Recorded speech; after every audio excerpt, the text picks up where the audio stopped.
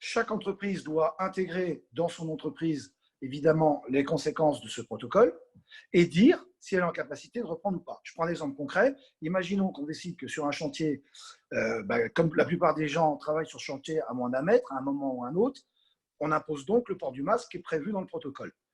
Or, tout le monde sait qu'aujourd'hui, il n'y a pas de masque sur le marché. C'est-à-dire qu'aujourd'hui, on est incapable, pour notre profession, d'acheter des masques. Bien sûr. Alors, la région, par exemple, Île-de-France, si je prends l'exemple de l'Île-de-France, nous a consulté aujourd'hui même, juste pendant que on était en conférence, la présidente de région nous a consulté pour savoir combien de masques on a besoin et elle, peut-être regrouper, alors j'annonce pour ceux qui sont dans la profession parce qu'il y a encore 2 heures, je ne le savais pas, elle nous propose de commander au nom de la région ces masques et après, à nous, profession, de se débrouiller pour les distribuer dans les entreprises.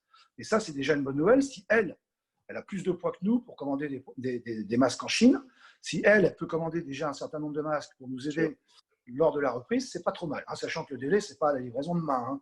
On est aujourd'hui à fin avril quand même sur les livraisons.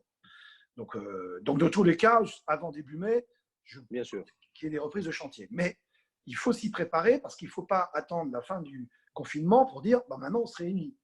C'est avant qu'il faut faire ces réunions en vidéo, conférence, pour voir comment on va pouvoir mettre tout ça en place et recommencer dans des conditions optimum les chantiers une fois que le confinement sera terminé.